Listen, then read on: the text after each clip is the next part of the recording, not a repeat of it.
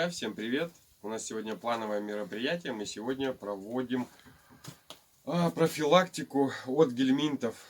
Если простым языком говорить, от глистов. Как мы это будем делать, для чего мы это делаем и в каком возрасте лучше проводить профилактику, мы расскажем в этом видео. Начнем с того, что многие говорят, что они не пропаивают, не проводят профилактику, у них глистов нету, но глисты они были, есть и будут. Даже вот в этом вот простом сене, да, казалось бы, сено, могут быть глисты.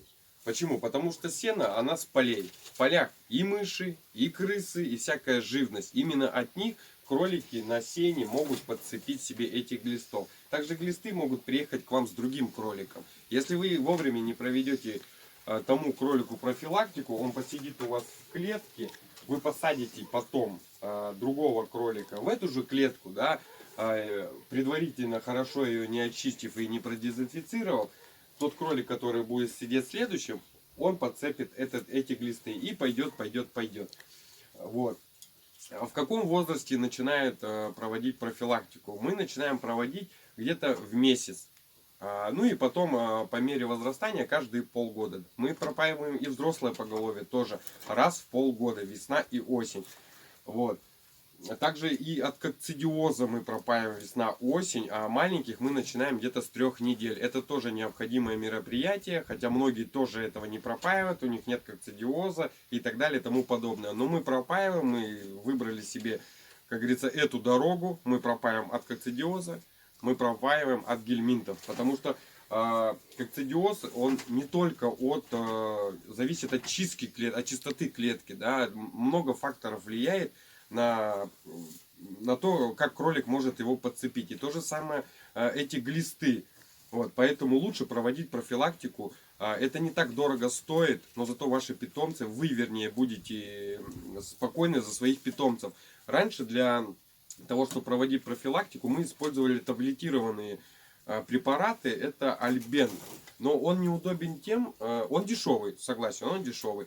Но неудобно то, что одна таблетка рассчитана на 7 килограмм. И вот это вот высчитывать, ее надрезать не очень удобно. Как бы дешево, но неудобно. Мы выбрали другой для себя препарат. Это Альвет Суспензия. Как бы он дороже, но каждому индивидуально в рот заливается, высчитывается по инструкции на килограмм веса.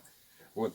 Есть другие препараты, которые в воду, например, добавляются, такие даже как от кокцидиоза также в воду добавляются, да. Но в чем минус? То, что не каждый кролик попьет свою дозу. Если все индивидуально, вы набираете шприц и заливаете в рот. То есть каждый кролик получает свою дозу. Так, сейчас мы вам продемонстрируем, возьмем кролика и покажем на нашем примере, как мы это делаем. Для начала вам еще понадобятся весы, чтобы взвесить кролика, потому что препарат идет по весу. Берем кролика, иди сюда. Кролика не вытаскиваем из клетки за уши, запомните это раз и навсегда.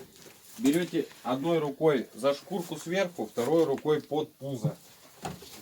И вот так вот вытаскиваем. Ну и потом, соответственно, берем. Вот так вот, как ляльку можно взять.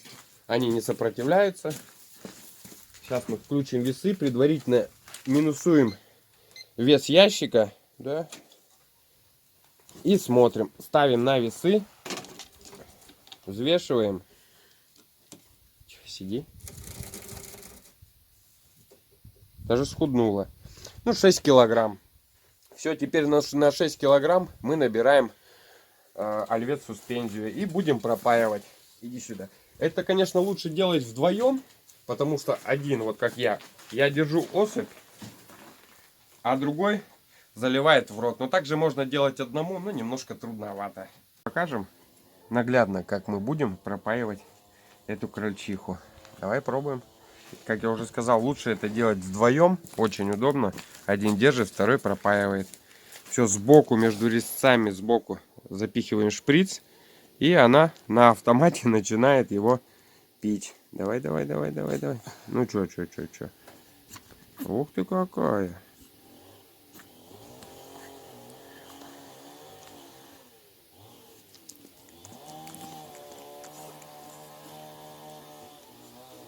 Отпусти. Ну все. Она выпила свою дозу. И мы ее сейчас понесем обратно. Вот в этом журнале мы записываем каждого вес, число, когда мы делаем пропойки. Это у нас от кокцидиоза. Через несколько дней, через 10 дней, ну можно там чуть позже, мы пропаиваем от гельминтов. Ну и потом, соответственно, ВГБК. Ведем такой журнал. Все. Теперь убираем крольчиху, кролика. Берем следующего. И поэтапно, один за другим, мы начинаем всех пропаивать. Занимает это не так уж много времени, ну максимум на наше поголовье, по крайней мере, максимум час. Но зато, потеряв сейчас час, мы будем уверены, что наши кролики здоровы, и мы их не потеряем, и не будем потом лечить. Как говорится, лучше профилактика, чем лечение. Потому что потом вы можете потратить гораздо больше денег на лечение, чем сейчас на профилактику. Поэтому не ленитесь, делайте профилактику. Следите за чистотой в клетках и смотрите за своими, в общем, питомцами. В общем, вам удачи, здоровых кроликов. Все будет круто. Пока-пока.